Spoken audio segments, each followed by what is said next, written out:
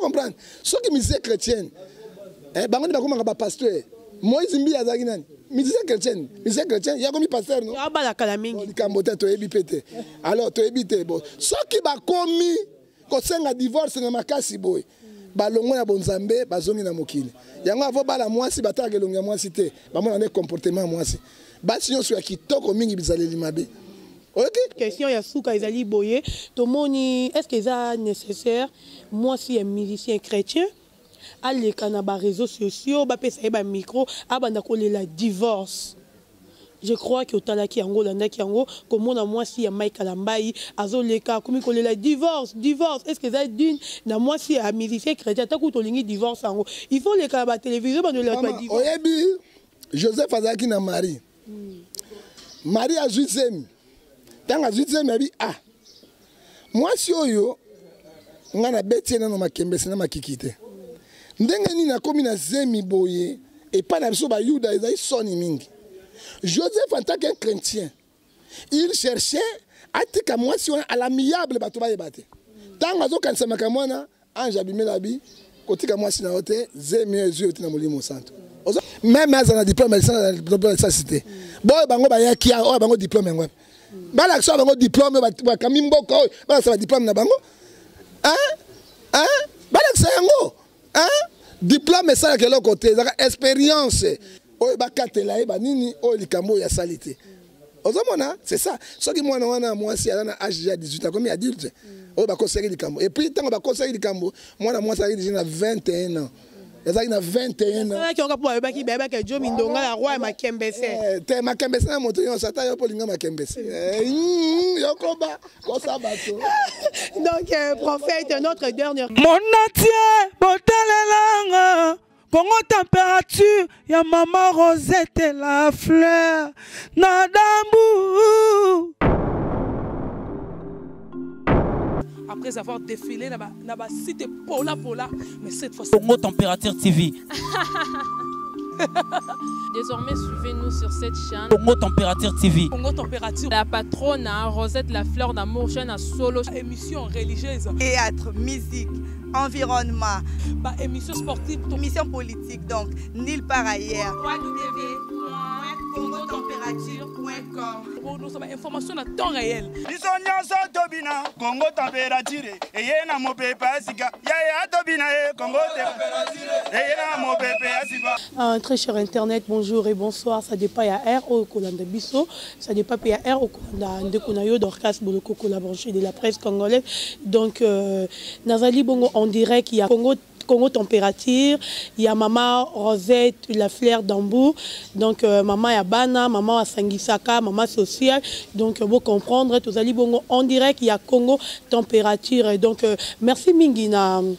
Yolande Dikando, oh bon alinga comme sponsor, il y a Dorcas Boloko, merci na Christian Benabé, grande puissance, Fredo Kumulombo, merci. Donc mingi to le bela, vraiment mingi politique, donc vous comprendre, ndenge mboka ngo ezekende. To comme na niveau nini tozo kende wapi, pe tozo comme ici kanini. Yango lelo to yaki bon ko visiter les prophètes Ngefa, o ya lobara bien bana poto bolingaka, diaspora nyonso bolela ye botuna raye, Dorcas donc moment où Meli Bozo Koutana prophète Ngefa Tiango Lelo n'est vraiment Koutana prophète Ngefa tout bête vraiment ma solo. Donc bonjour prophète. Bonjour maman Dorcas. Yo comment Dorcas? Ils sont là. Moi moitié. On est en punga. Et là on doit bien en punga. Mon bala qui te bien en punga. Moi ça qui te bien en punga. Pasteur qui te bien en punga. Na moitié ma Brigitte. Mon conjoint moitié. OK, merci prophète. Prophète na Nzambe tata na lola totiki Congo na boko na yo. Totiki chaîne na boko na yo. To banana yo pesa biso maele. To loba yo te pa na yo. Tobanga motute mais to défendre territoire national na biso. Moïse abundela kimboka na ye pe batu na ye. Pe Josué abundela kimboka na ye. Yawe tala Congo totina maboko na yo. Toza bomoko bolinga ne bosalisani to tombola mboko. To tombola mboko na kati la division te.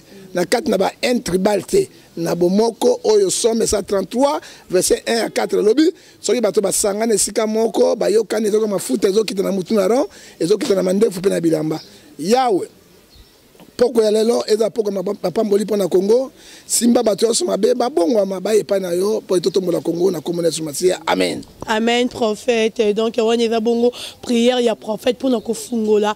Émission na biso, oeze les camps en direct, il y a Congo, température. Donc, merci na équipe technique au accompagné kinga. Merci mingi na Shadrach, Wazali bongo, na sima ya caméra. Prophète, ibisa biso na nous boni santé en mboka. Santé en mboka, mboka kwe na mokato. Mokato na manjange. Mboka so kwe na mokato na manjange, mboka so tambolate. On va dire la vérité, tous la crise moko politique, makasi, tout est bloqué dans la République démocratique du Congo. Mais prophète comment on a batoyi de pes, batombo kaki, babimisi sénateur, balobi, ezaka kaba même bilongi. Oyo bazala déjà kaka bango lisusu bazongi ba sénateur tout monde qui désordre oyo lekaki basala ki ba marche ba keti na parti ya PPRD ko buka biloko ya PPRD est-ce que ezala ki nécessaire ya okende ti na parti ya PPRD ko buka ko sala ba menace basala ki mais ce n'est que normal ce qui dépêche à Congo les sont dans une opposition mais les sont na bango bazwa leçon parce que to ko ndimate parti le ko il dépêche parti au pouvoir babi misata sénateur mon côté hein yango tu sais que au gouvernement ko ndengini ata sénateur mon côté et puis na ville à Kinshasa on a 12 députés provinciaux ba comme c'est 4 5 sénateurs alors ba moné que mabe parce que ba perdre déjà parlement ba perdre le Sénat alors président tu sais que le président va tenir au gouvernement ba ça qui ba marche na bango pacifique tant ba tombu nga na zaki na limité hein mon côté monsieur Frank Jong na boloko akane ko signer lettre remerciement par Félix Tshisekedi parce que grâce na ini abimisi bango hein mais ça qui trouble makasi hein ya ko sakanate alors ba tombuki yango amoni Tshisekedi yo ka base mais comme le président Tshisekedi ya ko ka base ya 500 personnes té mais ayo ka base oyo ya république 85 millions d'habitants il faut que bango non base so ki base ko même na kata pelengendu ozomona yango mone basilikaki batelemaki et suspendre l'élection ba gouverneur non ya ba sénat en entendant cour constitutionnel procureur général ya cour de cassation à la banquette na ebim mais ce qui dépêche ba corruption ba chitaki mboka mabete bango moko na dans 3 mois ba balino corruption munene boy mais après une année ko suka ndengeni presque Kabila bato Kabila au moins bato Kabila et on tobina Tshisekedi boy alongola ba député on a nyonso bazali ba anti-valeur hein ado ba Cyprien atia bango ba na justice pour Alaxa exemple la charité bien ordonnée commence par soi-même yo moko ne bandi boy yo baneko lo bana baninga tala lelo ozandengeni mawamingi na Congo. Mais prophète, est-ce qu'il est nécessaire qu'il y ait un siège à PPRD pour basala ba désordre au basala qui tandis que nous tozo yoka nous tomoni Emmanuel Chadar a lobby que PPRD mutu FCC mutu pesa qui président Félix Tshisekedi du pouvoir. Ba bangité mutu a pesi bango. Même ba pesa pouvoir te biso to yebi yango te. Pourquoi vérité des urnes oyo peuple zo déclarer yango basala ki yango te ponani. Et ça n'a pas Chadari, ce sont des grands traîtres de la République. Nanga, grand traître. Moi, nanga sambo. Hein? Le coup la calation moi na muke. Donc calation moi na muke au niki botie na moi. Non ya mukoli il faut bomba yango pour sa dignité na yi. Ozomona ba policier congolais na ba responsable ba tiaka bango ba zapena ba anti-valeur. Il y a la vérité des urnes. Mais nanga banda ko ndajite ordre bando pesa. Mais après ça ordre so ka dit institution mo indépendant. Pourquoi suivre l'ordre? Il y a bato basoken. Il faut suivre l'ordre du peuple. Hein? Il y a suivre le peuple, le temps n'est payé comme et comme il secret, so mon imbo suivre comme grave, secret comme bima polele, biso to no makiye, biso sali boy, au kanga mutu mo côté, mboka ya nini ya mo potu ya pelengendu. Onyangi kuna lobi azona diplôme té, ba boy ko ba vérité surtout prophète et loko wana. Donc c'est vrai que le président Félix Tshisekedi Tshilombo azarane na diplôme mort ya licence té. Même azana diplôme licence té. Boy bango ba ya kia o bango diplôme ngwa. Ba l'action bango diplôme ba kamimbo ko, ba ça diplôme na bango. Hein? Hein? Diplôme, ça, de l'autre côté. Expérience, sagesse, intelligence, science. Intelligence, c'est maïel. Sagesse, c'est la boigne. Science, c'est notre salle. Nabilo, comme ça, tu es l'équipe de sagesse. Hein? N'a pas besoin de 4 présidents, 4 présidents. Kassavubu. Azraki, très intelligent. Azraki, sagesse. Aoumelakite, Akei. Kabila le père. Mobutu Aye, il n'était pas intelligent. Très sage. A sali 32 ans de pouvoir. Hein, Kabila le père Aye, très intelligent. 3 ans et demi accueilli. Joseph Aye, sage. Un vieux sage, il a sagesse ma casse. 19 ans de pouvoir. Alors, sagesse d'intelligence, oh, les Kinan. Hein? C'est sagesse, c'est les qui? Alors, ce moment où tu as dit, bon, on a un diplôme à solo, mais Naseni, bah, contrôle qui diplôme. Mais pourquoi, bah, le bac qui n'a eu vérité pour un diplôme, on a été bimine le lot parce que, bah, bébani. Alors, bah, on m'a beaucoup. Hein? Donc, bah, on son otage, toi, bah, on a bangoté. Hein? Et la République, ils ont bangoté, mboko, ya bango, ya bakoko, na bango, ya bani, na ba, ils ont royauté. Ils ont mboko, la République du Congo. Tous les Congolais ont besoin, ont droit, il y a la liberté, pour se réjouir dans le monde. Et comme tout le monde, les gangsters, les en otage, les Mayango pour l'intérêt propre de Bango, tout le monde dit un diplôme, c'est un contrat, diplôme, il y a un démocratie. Mais prophète, tout comme on a dit Koko Moulumba, honorable député, tout comme Bimisa, bah papier n'a pas signé qui a voté qui député à UDPS mais tout le monde a qui n'a stylo avec la caméra albimisi qui a voté qui va député à UDPS mais n'engeni ni mon côté bimité so que bien ça la preuve nzambe moto yebi et bi mais circuler ma réseau social nzambe moto yebi hein ngai député na ngai on a un candidat député gouverneur à Jekoko mais a rejoité à l'axi bizaleli nai hein mbo à l'axi bizaleli oyebi moto mbango afande ok moi la kisi bizaleli na bango zo mona ngo déjà ok banzembo nyonso ya misère ya banzembo ya bondokite hein nani fera minini tala simazonga moto toyebi bango ozomona a voté mais député mon côté donc IDPS a mis sur la partie mon le plus oyo corrompu. Et puis, mes partis à IDPS Balobi, à partir d'aujourd'hui, Jean-Marc Abouda, il est secrétaire à IDPS. Est-ce que ça, combattant, il y a IDPS, Bazan a droit, Jean-Marc Abouda, bien, président Félix Tshisekedi. Bazan a droit, ce qu'on a couru, ils ont ensemble et destitué, secrétaire général ou bien président. Ils ont dit Bangote. Il y a un Bangote, ce n'est que normal.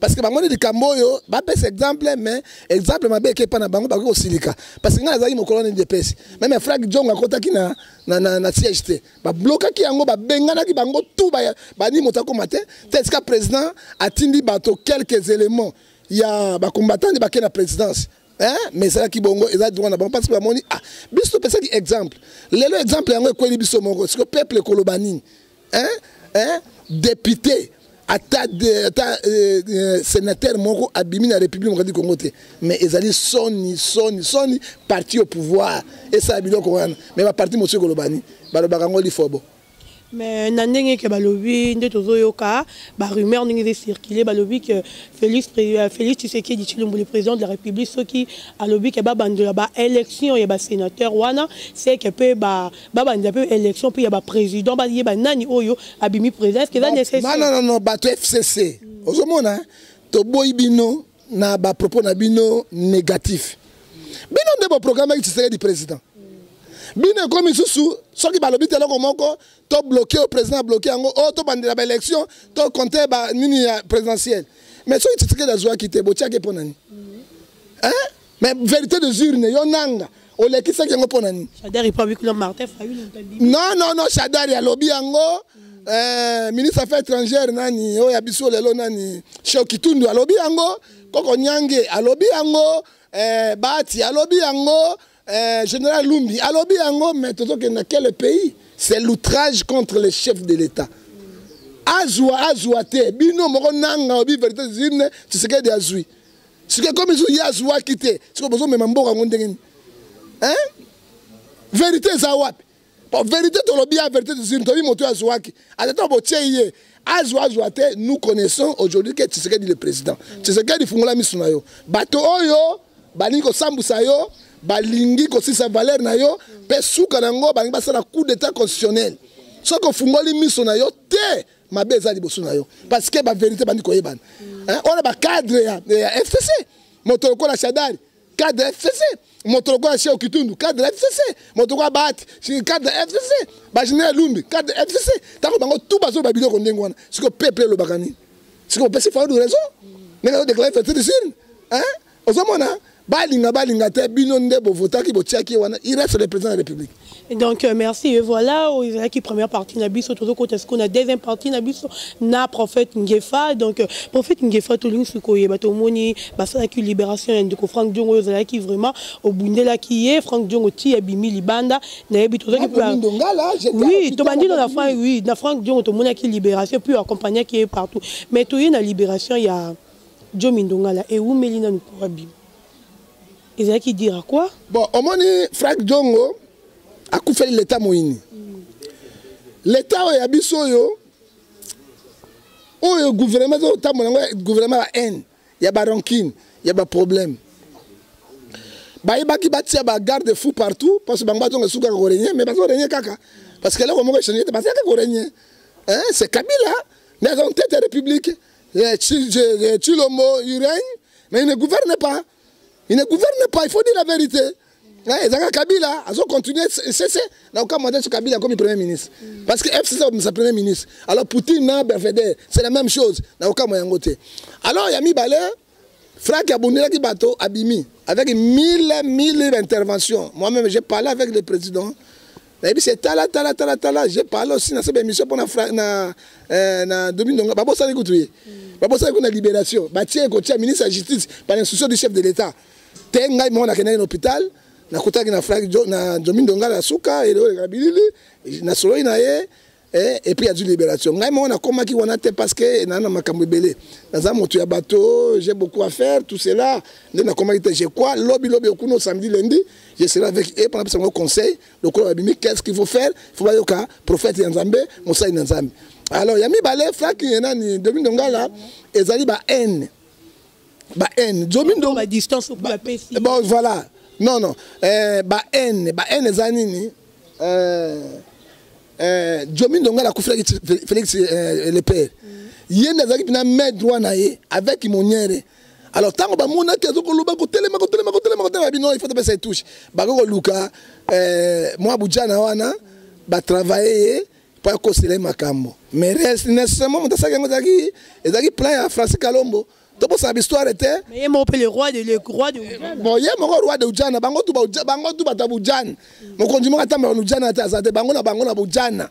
Ozomona ndeba kotisi yango tant ba kotisi yango lokwa ba ina ba haine et Dominique Ndongala funda bango na tribunal suisse international alonga ki gouvernement congolais alonga ki procès mo soki ba lâcher rapidement boye Dominique ozonga susu kolanda ba procès wana gouvernement congolais zo perdant ndio monaki oyo basalaki ba pesi 500 mètres comme ça ba école les athées mais ce 500 mètres comme une école de ça na procès à moisi a dû ka téléphone ne petit la nanga ba koyade akoya na na ba frontière à commenter soki le là du mande fongo ko ba mande fo atiao alati la arabe akasa Brazzaville akokatisa na ozomona eza bidoko mo pas destiné ba site sa valeur na ye ba monokola azali ba courir du jipon azali autorité honorable azali honorable père de la famille ko sili sa valeur na ye nous condamnons les tels actes soki alingi mwasi basi alors basala ba boya mibali aibi ko na pate ba une pate abenga ngoni lembo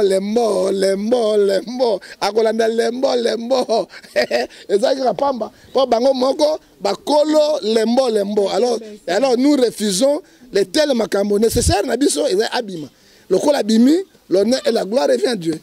Donc merci beaucoup prophète au côté siko vraiment na affaire oyotiko comme là moi na mboka moto ayembaka chanteur munene yemboka na biso Kofi Olomide je crois que vous êtes au courant nango.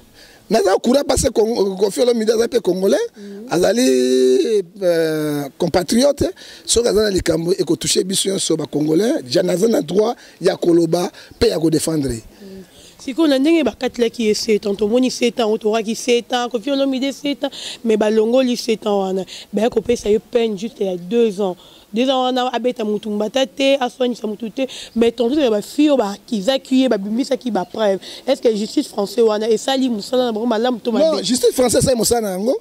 Oyoki ya maman. Botika mitema ya bino basi. Et comme un camion, na tinga na voiture na ngana memara moi cité. Ata mbule zo beta pola na yo kufa na yo oyebite nango nako mema on a bonne volonté orgue na kata sac na yo oza na capote na makembese na kati okomona kaka olingo bima obana osimba ngai oviolaki ngai otambola na futa mbongo basoda baya korombi baye bakangi yo $500,000 ozomona toboya biloko wana epuis bana basi bozokize bango eza Koffi Olomide moko te bagroupe nyonso ya bamusicien oyo mosala na bango yango wana epuis mwasi so mobali alingi yo te ekolongola kaleso na ndenge ekobana no ndenge nini parce que neto olati pene elamba makasi boye moi okaka pene kilo so seka gbu akokwea kuna so seka gbu moto akokwea kuna akolongola yango ndenge nini soki yo moko bandi komilongola yo moko te soki yo moko longi sous-vêtement na yo te eza bakisation moko fausse okwa mindele justice ezali développé na bakete ya développé oyebi moto akomi na âge ya 18 azali adulte il peut faire ce qu'il veut akosala mwasi akomi na 18 ans oba akomi na 18 ans na mboka na biso azali adulte akosala makambo nyonso alingi soki yo moko olingaki yokana biso viol bato bayebaka eloko abengi viol te parce que bakize Koffi azali koviole bango viol eza boye ngai mobali yo obeya mwasi misapi na yo nzela nyonso liduso na nzoto ya moto ezali viol soki nazwi nasala boye moi nyonso nasali boye ezali viol na viole yo soki nazwi boye seni nalingaka yo funga monaka ezali viol oyoki nakamwa esengo tia mato yo mpe biso ezali viol oyoki boyebaka viol te yo mpe mwasi oyo nazokarese mobali soko osengai boye nakomi lembo ezali viol soko si ozisiko mosapi na yo tia na monoka lembo ezali viol c'est ça nzela nyonso lidusu ezali oyo moto soki atouche c'est viol ezali viol oyo bino oyebaka te sika Koffi anga banokanga bango na makasi na basoda non, on va défendre parce que Baluka Koffi intérêt comme il a l'argent. Ce que Sali Boye a foutu 100 000, 80 000 $, à de manger bango, n'a pas conseillé ça et ça il m'a camoué. Ce sont les mêmes choses. Et Babanti Valère Wana, il faut tout l'ongola yango et Zali Malamouté. Et donc baby ça, papa m'a Koffi. Artiste le plus réputé dans Koffi, il faut défendre le patrimoine national. Il faut défendre Yango, il faut défendre Koffi à l'Ekisaka. Mais on va toujours le défendre. Donc, merci beaucoup, prophète. Et donc, Binope Batou Kizaki Koffi Olomide, Bolandi, prophète, très bien. Boza vraiment na ba preuve te oui la kite ya Koffi Olomide tango zo benda Koffi mandefu ya pembe ben osai botala ko sayo batanta kaye tango abendi botala omoni mosapio achebwe ala et da violet on violer Koffi OK on doit violer ça so là il Koffi mis violer Koffi violer odomona loka muna linga basi amechola te ba viola ka muna mikolo nyos ye faible roi de makembe nzambe muna Cédric alinga ka basi apembe te asala bonio ela ya viol so viol to longola banti valeur wana eza malamu te ko funda artiste bubimba mokili mumbalanda ezali pena malamu te to tika bisaleli to zwa mbongo na nzoto ya bato jida atakaki yeso leki mbongo te ba mbongo sali wana ememaka bato na liwa na ba mort subite tala conseil na kopesa bango yango. Donc merci beaucoup prophète okomi vraiment déjà kochité mukie trop kochité to est-ce qu'on a dossier pe ya pacho RLC balobi prophète okomi pour bundela pacho prophète na ebité pacho fingi mais yo bundela te pacho petit na ngai na ebi pacho les êtres humains Bible lobby na Romains 10 verset 3 10 personnes juste devant Dieu mais ngai na kosala makasi soki lundi samedi na ebité na komona pacho ngai moko na kosola na koteya ye en tant qu'homme de Dieu parce que mais nani singa encore wana zo finga susu singa encore na nyamakor na nyamakor na singa azo finga neni yebola nyama ben nalandi yango et nalandi nga fingi mabe na bakarine mokonzi eza bien te que Karine pas ko finga peri et ça la kate parce que biloko yo sale mana mboko nazo comprendre te mais na kobenga na okenda la pacho na okoze na osula na ye mais na kobenga Sylvie Mapata pasteur okola ngai ndeko na ngai et puis na kosona wela son ba pesa mesure de grâce abima na favoriser ma bête parce que non ngai oyebi église eza kwa full na ba Meribank na Bujani na basi andok na bandumba bango yoso basanganaka oyoki baza bandimi na biso jamais na kotika pacho RFI quand même aza motu na kosolola na ngai moko nayebi te programme ya lobby ce samedi comment je ne sais pas même lobby sur un mouvement moi je peux aller même demain même demain équipe voilà je vais voir Jomi Djonga la Sabimi pas tout bimisa nan Jomi Sabimi ali anof pas tu as masu ah bon c'est à pourrir li kambote torobo ebe moto mabete rabe qui moi c'est ndumba abikisaki libota na ye mama ozomona même à pouriti torobo ya été mais to bimisa pacho to côté ya ngai moko na côté j'ai fait le prophète de papa wem oyebi ko gérer musicien ce n'est pas facile et puis star ya munene boye ba you jack on a ba na ngai na monsieur belé bazara sima na ngai osomona na yebi bango to côté ya ye sima na ngo je vais prendre téléphone ngai moko na osona maman Sylvie Mapata pasteur lokola ngai et à ça la merci de grâce et ce qui a résister na yebi ça ouais la son na yebi ngai prophète du peuple très très bien j'ai fait l'appeler na reçoit de la part de ces so okuta na wera na kuta na Sylvie na kuta na bango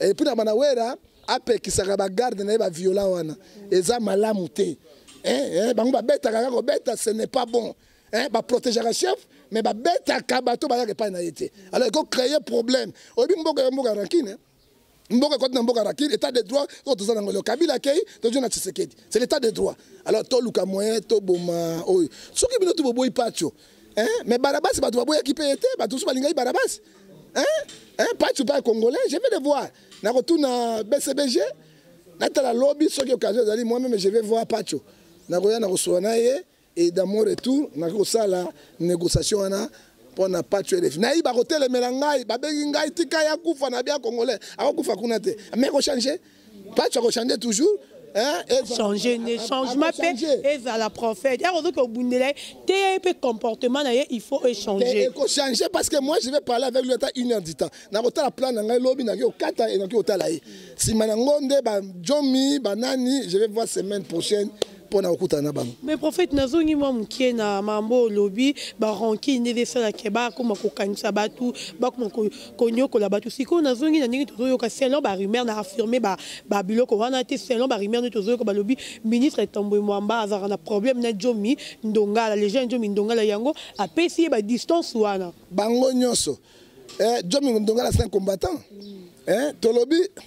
tolobi boye mon candidat na ranki na batute c'est comme ko katele ba limite là nous sommes désolés et qu'on a désolé parce que au moni hier azali patron de justice mais juge ne azala kata makam so que ce Jomi Ndongala zongi si dossier wana siko na tribunal le Jomi Ndongala comme premier ministre tant comme ministre de la justice on est si mais oui non c'est ça il y a pas au sala baranki mboka tamo baranki te mboka tamo baranki te mboka tamo la bolingo état de droit mais rancune et botaka rébellion et ça que nous condamnons parce que Jomi Ndongala est combattant à cause de ce dossier na kata justice ba pesa be preuve o ba katela e ba nini o likambo ya salité ozomona c'est ça ce qui moi si à âge de 18 ans comme adulte o ba conseiller likambo et puis tant ba conseiller likambo moi ça déjà 21 ans ezaki na 21 ans qui on ka po ba ki beba ke Jomi Ndongala roi makembese te makembese na moto yo sata yo polinga makembese yokoba ko ça bato donc prophète notre dernière question ya suka ezali boye to moni est-ce que ça nécessaire moi si un musicien chrétien aleka na ba réseaux sociaux ba pesa ba micro abanda kolela divorce je crois que otalaki yango landaki yango komona mwasi ya Mike Alambai azoleka komi kolela divorce est-ce que ça d'une na mwasi ya musicien chrétien taku tolingi divorce yango il faut leka ba télévision ba lela ba divorce oyebi Joseph azaki na Marie Marie a 8e tanga 8e abi mwasi oyo ngana beti na makembese na makikite ndenge nini nakomi na zemi boye et pas na biso ba yuda ezai soni mingi Joseph en tant qu'un chrétien il cherchait à tika mwasi wana à l'amiable bato ba yebate tanga azokanisa makamwana ange abimela bi kotika mwasi na hote zemi ezu yotina molimo santo ozo comprendre ceux qui misent chrétienne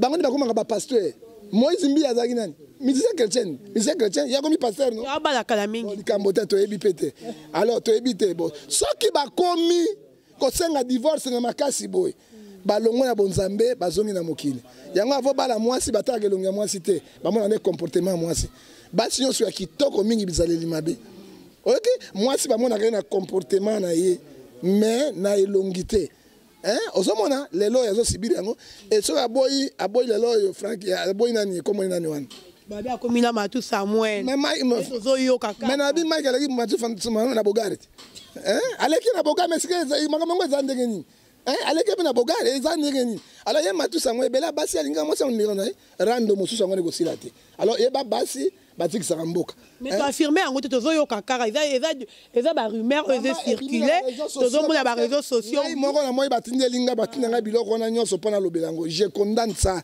balingaka mwasi na pile obi nalinga mwasi nanga mpo nani tokembi na ye fort moi témoin te asanga moi yeyeye bandeko na ngai oyoka ngai napesa bino exemple wana tolongo mbandaka tokomi awa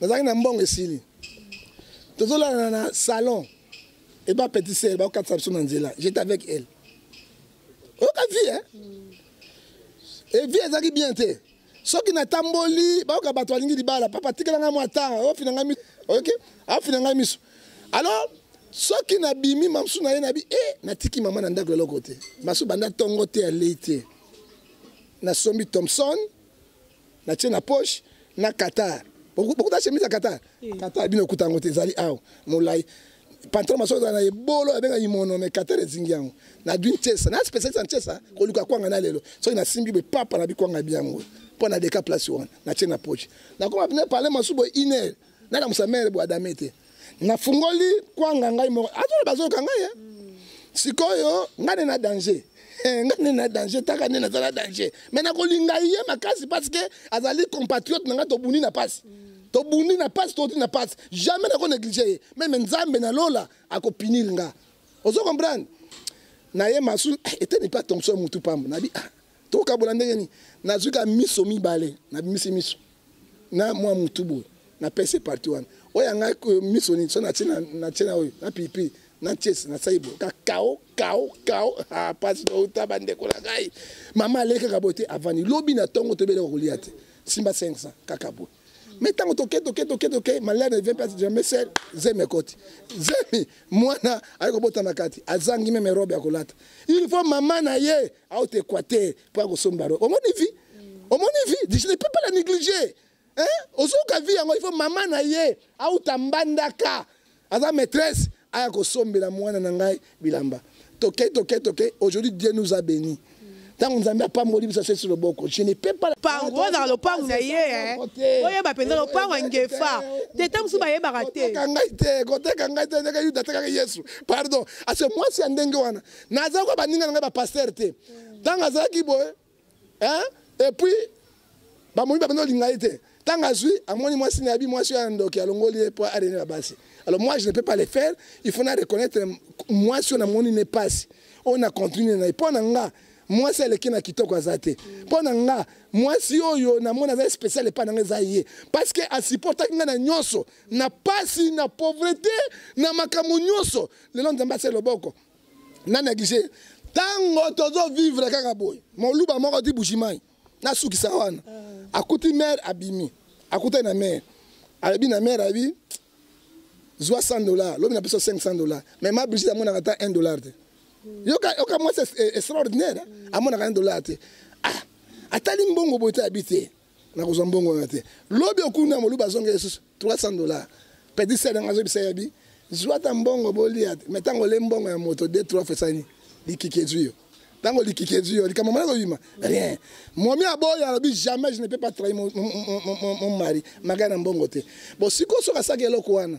Nazuye siko ya kei na bana nani a perdre lelo nzamba tie loboko na nzamba tie loboko omoni to lobi na basi demi tuka zela nano na bina basi bokanga motema avenir a lobby oyebi nzambe vie est difficile vie est facilité yo zo bakana Mike Kalimbai mais soko bali politicien au sala bon pas politicien na 24 monde 75 ou jan okosala ndenge nini bakangaka motema mais bafete lokola papa wemba bakofi olomide lokola bajibe piana bawela son bakangaka motema bamama wana okola mama pata bamama félicité bamama pata bamama félicité parce que akangi motema na jibe amida félicité te tika makambo bafélicité ndenge nini te amida te omoni bamama kofélicité amida basupporte ti akenda combien mabala mitano on a dit que moi c'est bien, moi c'est bien ça. On a bonheur pour la banne. Bonheur et l'équipe de Nzambe et l'équipe de Maman Mokilité. Aux hommes, il y a un moment que Nazarana Maman Brigitte parce que na moni ba tape attention andima ki yangote. Le l'homme Kalambai, oh moi si yo Kalambai a l'accès mo kilimo bimba. Après si le coup mo il y a les gars na Twitter. Alors on a comme Peniel Kalambai. Abeza ba suka ngala ndeke ngwa. Abeza ba suka benga Peniel Kalambai. C'est quoi comme côté ga mobile na ye, zalo ko la jib la qui Jésus. Alors nous condamnons tes actes. Donc merci, nous sommes arrivés à la fin. Boyo ki bongo prophète ngefan ndenge ya lobi na rolingo pesa moi numéro na moi mboti ou to pesa mboti ka Jésus Christ. Na pesa Jésus mi kolona comme pesa mbote mais siko lelo na boy mokola lelo na pesa mbote. Pesa tuna o pesa ki wa libanda. Na boy le ka Jésus Christ. Soko lingo zwa ngai na numéro lelo na molimo mabe na kondima sute. Mbote ya moto na ndima te. Ata Gotchebe la Gotchwate. Ah vu déjà. Gotchebe la mbote na wala Gotchebe la ici la Gotchwate. Otengi da kumu. Ata pesa pete so pesa Gotchwate. Alors soko ningo zwangai na 00243 89 610 49 41 zwangai na ko sungo spirituellement. Pour makameza na moto. Bi oza makasi kana politique ba prière oza no makasi te. Oza pesa ka numéro ba bengo ba code ninge zalaka ba ba kilo sungo mutu ka muse ba poto déjà mis balé et comme 3. Mais tant que yo na politique na répondre oni. Tu vois, mais moi, je suis spécialiste en matière, je suis un eschatologue. Je suis un prophète, mais je suis un eschatologue, je suis une anthropologie. Je suis répondre. Tu vois, je suis un répondre à Bonzambi. Je suis un mokili, je réponds à mokili. Je suis un politique, je réponds à politique. Je suis un journaliste. Tu vois, je suis un spécialisation dans ngai et un molimo. Mais ceux qui n'ont pas politique, parce que moi, c'est un de Moutoutou à défendre Kimboka Naï. Moïse a défendu Gimboka naye.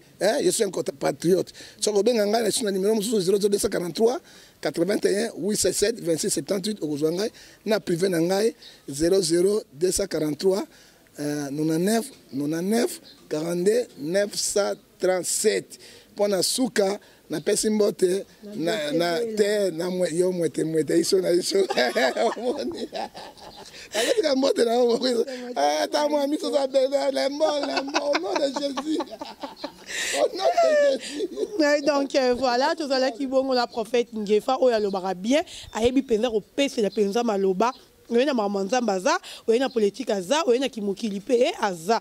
Partout on a Orokutae. Donc grand merci plutôt à Maman Rosette Fleur d'Hambourg depuis Allemagne. Donc maman Yabana, maman sociale, maman Soleil Diata Nazana yo Namutema. Donc Nazana yo vraiment maman Soleil Diata depuis Bruxelles. Donc Christian Benam, grande puissance Mizunda Kamona Poto ya Tongo. Hein, Yolande Dikando ya Yoyo. Fimorata, il salon Nadia, Nakati, salon Matongue plutôt, chez Nadia, Nakati, ya Milouz, donc ma grande dame Nyonso, Obalin, Kozala bien, donc Kunane, Orokuta, ma perruque bien, Bilamba, ya bien, Outarakin, ma pagne, ya bien, Okomon, dans Okuna salon, Matongue chez Nadia, Nakati, ya Milouz.